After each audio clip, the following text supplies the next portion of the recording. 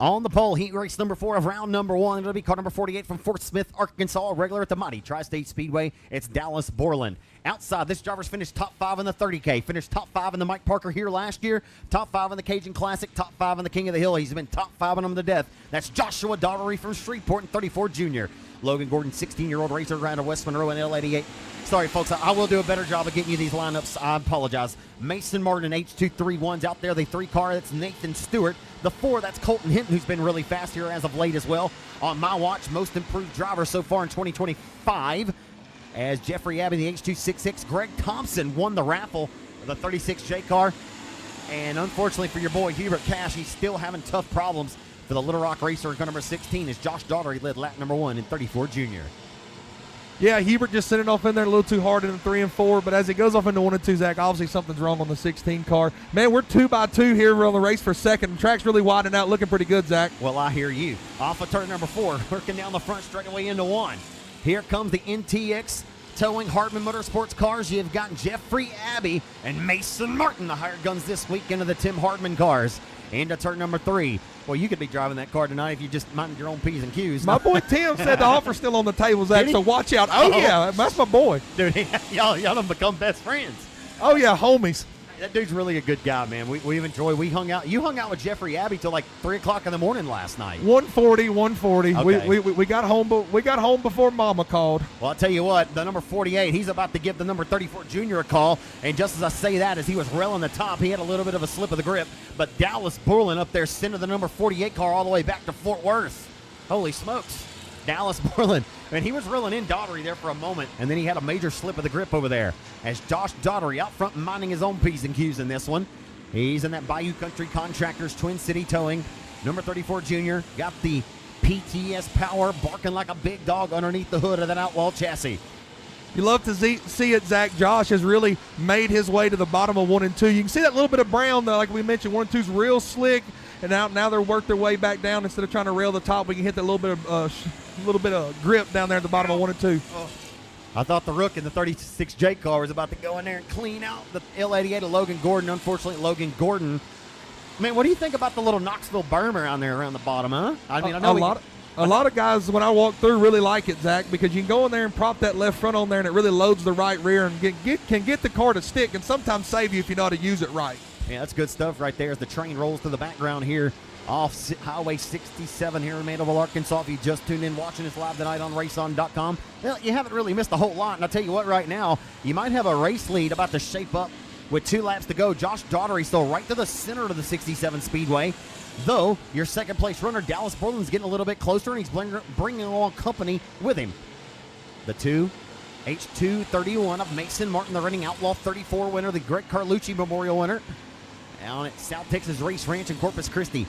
As Mason Martin out all over the back deck lid of car number 48. Here comes Jeffrey Abbey, his teammate for the weekend, as second, third, and fourth right there on each other's heels into 1 and 2 on the white flag trip. Here comes Mason Martin. He'll diamond down the racetrack. To the inside of car number 48, Borland feels the pressure. He's going to drive down and shut the door. Martin's there to the inside. He left him a lane and showed him respect. And here comes Jeffrey Abbey. He's going to get both of them at the line. Wow. Jeffrey Abbey is a madman, Your Honor. A desperate fool on the endless pitiful ropes. Jeffrey Abbey said, "Hold my beer." Dude, that was impressive. That was absolutely impressive. He went down that back straightaway, and he saw what was going. Racecraft, man. We talk about racecraft, and it's hard to describe it, but that right there was racecraft out of Jeffrey Abbey to set the corner up. He knew they were going to go in there and race hard into the bottom and slide up, and he knew he had to turn off that cushion to get the run down the straightaway. Yeah, like, teammate, I hate to pick your pocket like that, but I didn't just pick yours. I picked his, too. 2 for the price of 1. He gets the old Kroger special here tonight in Mandeville. What a drive for Jeffrey Abbey out of Rome, Texas.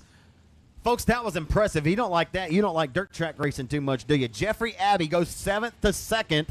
Another great performance here in heat race number 4. As heat race number 5 on the pole, you'll find Joshua Martin out of Colfax in car number 15, driving Big Bird's car at HM chassis. $10,000 richer earlier this year at Super B. Craig Pursley in car number 56. Mikey Bell, the hired gun of Billy Taylor's 10X. Bobby Jordan, head for the mountains of Busch Light Beer. The Eagle Distributing Busch Light Beer number 17 of Bobby Jordan. And as long as he races, I'll continue to sing it whether you like it or you don't. Down the back straight over 3 wide, here comes 27. Here comes Daff. Here comes Dalton Faulkner, 27 to the inside of 17 for third. Faulkner down to the inside, the reigning Mike Parker Memorial winner, the 3-time winner of this event. Faulkner's got 10,000 on the mind. To the inside of the 17, it's heating up for the race lead, and it's heating up for third, and the whole field's heating up into turn number 3. This is getting sporty. Faulkner continues to show respect and lead the lane to the outside of Bobby Jordan. May have the faster race car right now, just not able to get by because Bobby Jordan's still carrying the tune. Here comes Faulkner. May throw the slider this time. He will. And no, he won't. He'll continue to lead Bobby Jordan the lane, but man, what a drive the 27 just got off the bottom that time. Yeah, Zach, there's brown down there, so if you can hit it just right and your car does not slide as you enter turns 1 and 2, you can leave real straight and catch it. And I tell you what, if Josh Martin is going to get around Craig Pursley, he better do it fast because Daff's about to pass both of them. Yeah, he's about to see that 27 car flash to the insider. He's going to see purple and say, oh boy, it's time to go, and it's time to go now. All three of these guys pretty good friends, you know. As we roll through turn number 3, Josh Martin, though, and Pursley, you recall at the 30K. I'm sure they've talked since then, but things got a little hectic over there in Greenwood, Louisiana. Martin got a little bit of tight that time. Look out, Dass up into the wall. He followed the 56 right into it. As here comes Martin. He's going to go right back by the 27 car and try to retake second. Faulkner just drove that thing all the way back to I-30. Holy smokes. He sent it S-E-I or S-E-N-T-I-T, bud. I'm not an English teacher, Zach. I'm a math teacher. It was so impressive. He forgot how to spell, and then he almost spun out in 1 and 2. Faulkner trying to corral it. Here comes the 17 of Bobby Jordan. Dalton Faulkner on the gas. Mark Underwood Jr. just made contact with the left rear of the 17 of Jordan. Now the reigning King of the Hill winner, Mark Underwood's broke up into the fluff, and he is still broke. And there is also debris sitting at the top of the racetrack, and we will get a Stivers Motors caution, and that's what Craig Pursley Jr. does not want to see because he finally got a little bit of breathing room, and that's going to put him right back on his back heels. 15 of Josh Martin and 27 of Dalton Faulkner got racing there, like you said, Zach. Pursley was able to catch a lead there, and with only 4 laps to go, you would like to think that he had it sewed up as long as no major miscues happened for the 56. Dude, there's a thin line on this racetrack right now between love and hate, right? I mean, it's trying to straddle that top, and it's going to get pushed up even higher, and it's going to get thinner and thinner, you know, and eventually, I mean, we don't run spoilers in these cars, but if we did, they'd knock them all off tonight. It is a thin line up there on that top tonight, man. It's such a fine line, and when you go up there and you get that brown, it is traction, man, so your car get tight, and that's why you've seen it, Craig Pursley. It was very easy to happen. As we come back green, Dalton Faulkner with a good restart. Pursley didn't get the greatest restart there, Zach. Yeah, that's not going to work. They're going to bring them back. That wasn't good. And you see Faulkner's got his hand out the car telling everybody to hold back a little bit. Here we go. Everybody chill out. Oh, boy. Things are getting hairier and carry out here, folks. Here we have it. So Craig Pursley Jr., who has himself a rocket ship here in 2025, won $10,000 at Super Beach Speedway already this season. He's got $10,000 more on the mind here. That innovative race car, CP Seamless Gutters, number 56 car, going to lead us back to the green flag. He had a 1.218 second lead. That was the first time he's been able to breathe in this race, as Josh Martin was all over him early as they were trekking right around the top shelf of the 67 Speedway, and that's when Dalton Faulkner started putting the pressure on. The reigning Mike Parker Memorial winner, 3-time winner of this event, can 27 pick the lead duo's pockets. And man, that was another wild restart. Here we go. Pursley's on the gas now. They're going to send them into 1. Here comes 27. Here comes Ingles as well. We haven't talked about Ricky Ingles this entire race. And Ricky Ingles in car number 81 right there, going to flank himself to the inside of 15 of Martin. Josh Martin, remember, first time out here this season, or second time out, in this Jimmy Bird-owned HM race car chassis. And man, Faulkner just slammed the door shut on him right there underneath the flag stand as they roll back into turns 1 and 2. Man, I'll tell you what, racing is really, really tight quarters right now, man. You cannot make a mistake or somebody's going to be all over you to make you pay for it. Faulkner, can he make a final lap pass, or the one with a couple to go? 2 to go this time and a 1. 27 trying to set up his good friend Craig Pursley Jr. out of New Waverly, Texas, who led every single lap of this race so far. But who's going to lead the final one that matters the most? They roll through 3 this time. The white flag is displayed as they exit corner number 4. Pursley and Faulkner side by side off of 4. Faulkner sizing him up there, Zach. He's going to send one off into 1 and 2. I don't think he's going to try to slide him here, just more or less let him know he's there. Don't make a mistake. Yeah, showed him much respect and sportsmanship that time. Hello, how you doing? Keep it moving. Into turn number 3, 56 holds on to the race lead. Final trip into turns 3 and 4 and off of 4. Craig Pursley Jr. wins in car number 56. Heat race number 5 of round number 1, and a good one here at 67.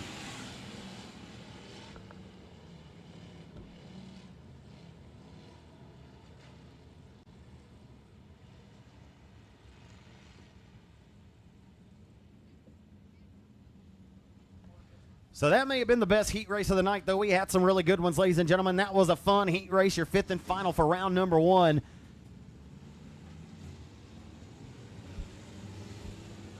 So coming from 5th to 2nd, Dalton Faulkner, car number 27. He was fun to watch in that one, there is no doubt. But taking the victory from the outside of the front row in car number 56 from New Waverly, Texas, for Craig Pursley Jr.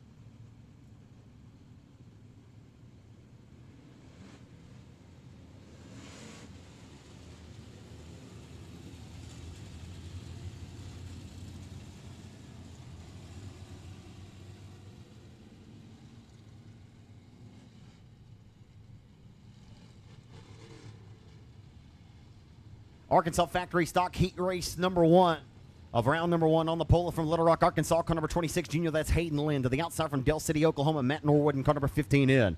Afton Wrinkle from Star City in 95W, Justin Westfalls in car number 20F. Logan Johnson scheduled to be there in car number 28. Jeffrey Abbey from Rome, Texas, car number 37. Gavin Lowe in the X Junior. Lindsey Province, your Friday night modified winner here, our last scheduled event. Matt Joseph in 89, Mason Nichols in 55, and Bradley Bush in 92P. And the Stivers Motors caution flag comes out. They did not like the start. And we'll re-rack and restack Arkansas Factory Stock Heat Race number 1 and turn them loose here again. I think my man Hayden Lynn was just a little excited to get on the gas here for heat race number 1. Got $10,000 on the mind. Was trying to get the best jump possible there to hopefully check out and set sail, because when you start on the pole, Zach, passing point heat races, when you start on the pole, you're almost at a disadvantage because you cannot fall back or you lose points. 100%. We always talk about it. If you're starting up near the front, you need to hold serve from where you got. The name of the game here is to pass as many cars as possible and not get passed. It's not necessarily where you finish, race fan. It's about how many cars you pass to get to where you finish. As the USRA passing point system implemented here tonight, race fans, every car you pass, you get a point and a half. 69.5 points for the race winner, and it goes down by a point and a half per position from there. But that's why we have these great scores over here to figure it all up for us. But the name of the game, of course, folks, you want to pass race cars, that's going to earn you up near the front. As you want to start up near the front, you better pass cars in the heat race. To set yourself up to win for 10 grand, you have to have a really good Friday night performance. Rolling into turn number 3, Jeffrey Abbey right there, rolling in 4th to car number 37, going to roll to the outside of the 95 and fit the gap. We just saw what Jeffrey was able to do. Can he use some of that experience that he got in the factory stock and put it to use here in the Arkansas Factory Stock? They're 3 wide for 3rd off of turn number 2. The more laps, the better. He knows better than anybody else in this heat race, Zach, what the track conditions like right now. As he sends it off in the bottom of 3-4, he's going to slide up there to leave Norwood a little bit of room. Man, that 37 is fast. Oh, we got a big drive there off down the front straightaway. Man, you and I talked to Jeffrey last night, and he said, man, I was really shocked at how good the factory stock was tonight. He said, man, I felt better in the factory stock, and it's been a few years since I've driven one. As right there, he shakes himself free from the F27, and I'll tell you what, your most recent Friday night Simmons Bank 67 Series modified winner, Lindsey Province in F27, living up to his moniker. He's fast. Fast Lindsey into one in the F27 car, the F27 Tornado to the inside of 37. Good race for the second spot. They're 1 by 1 by 1 by 2 by 2 near the tail as they roll back in the turn number 3. Wrinkle out of Star City, Arkansas. About to be pressured by the 28 of Johnson to the 15 of Norwood around the bottom. Rolling down the front of Main Street back into turn number 1. Lynn getting away in this one. That Lynn Tires number 26 car hustling and bustling around the top shelf. And I tell you what, man, Lindsey Province has just run down Jeffrey Abbey and made work of him. You don't see that all too often, but Lindsey Province is on the wheel tonight. Jeffrey Abbey having trouble around the top of the side of the racetrack, Zach, where Lindsey Province, he's sending it off in there. He gets it, as you notice just right there, he gets off into 1 and 2. He enters a groove below it, gets the car rotated, then catches it to leave off so he doesn't get tight entering. Keep our eyes on it as Abbey is right there knocking on the door again, wants to get back the spot in which he lost. As they work down the front straightaway back into 1. Abbey's still there, knocking on the door, not able to get it done this time. As it continues to be all 26 all the time, it's all Hayden Lynn. Remember, Hayden Lynn was in the pits at Boot Hill selling tires and cutting and grooving and typing tires. Now he's got the steering wheel in hand, and he is rolling a quick ship around the top shelf of the Mandeville, Arkansas Oval here tonight. And tell you what, they're reeling him in. He is still tippy-toeing around the outside of the racetrack while your second and third place drivers still rolling that moisture around the bottom, and they're reeling him in. They've cut it down from 2.3 down to 1.739, but it's going to be 2 laps to go this time as they exit 4. Hayden Lynn's so good around this top. The Arkansas factory stocks, the guys say they got a little bit more motor. You got a little bit more motor, you get a little bit more wheel spin, Zach. You don't have to worry about necessarily getting too tight around that cushion, as he has absolutely worked it flawlessly here in this first heat race of stock cars. It's kind of interesting the way Lynn's rolling the top, though. The way he's entering the corner in 1 and 2, he's rolling it all the way up until the middle of the corner. He's allowing that right rear to kind of catch the cushion and get the drive off. Though this time he enters much different. Of course he does. Enters much different, makes a liar of me that time nonetheless, but follows it all the way around. They've cut it down to a 1.302 second lead as the checkered flag awaits this time. Here comes Abby on the bottom to the inside of the F27. They're going to drag race to the line, give it to Province for second. So this 10-lap heat race goes quick, fast, and in a hurry, and that's a WRAP for heat race number 1, round number 1 for the Arkansas Factory Stocks. Afton Wrinkle from Star City, 4th and 95W. Jeffrey Abbey settles for 3rd in car number 37, F27. What a drive for Little Rock, Arkansas's fast Lindsey Province from 8th to 2nd. And your winner, ladies and gentlemen, how about a hand for the driver of the Lynn Tires, number 26 junior, for Hayden Lynn. Heat race number 2, round number 2. On the pole from Hackett, Arkansas, you'll find Kyle Hamby on the pole in car number 7K. In the 20, Sawyer Thompson along his outside from Fordyce, Arkansas. Drake Taylor in 5T from Bauxite. Jason Crawley from Little Rock, Arkansas in car number 14, J86E. Also from Bauxite, Logan Ellis. Starting 6th on the grid, the pilot of car number 5K from Mableville is Jeremy Kester. Inside of row number 4 from Chanute, Kansas, car number 72 of Matthew K. Taylor Carver, former King of the Hill winner at Boot Hill. Good to see Taylor Carver back here at 67 at Luxburg. Dallas Joyce in car number 7, Blake Robinson from Castle, Arkansas in 3D. And the driver to watch, quickest overall tonight, according to my Race Pass live timing and scoring, Dallas Everett, the former Opal modified ace and standout in car number E26, will start shotgun on the field. Something worth mentioning, Zach, Tim Crawley's put a lot of work in this place. The new pit bleachers over there, as the cars are pulling on the track, you notice a few crew guys, wives, girlfriends, whoever it may be, they were pointing straight to the sky, bud, to let them know that the last heat race was won around the top. Yeah, you need to get upstairs. Like my buddy Theo Vaughn says, I'm upstairs. So here we go, folks. The lights are out, and we're going to roll. No, we're not. We went to the O'Reilly Auto Parts start zone, and they were ready to go. But we were not. So we'll send them around one more time before we get a little trigger happy the next time around. Last night in practice, Kyle Hamby in that 7 car on the pole, Zach.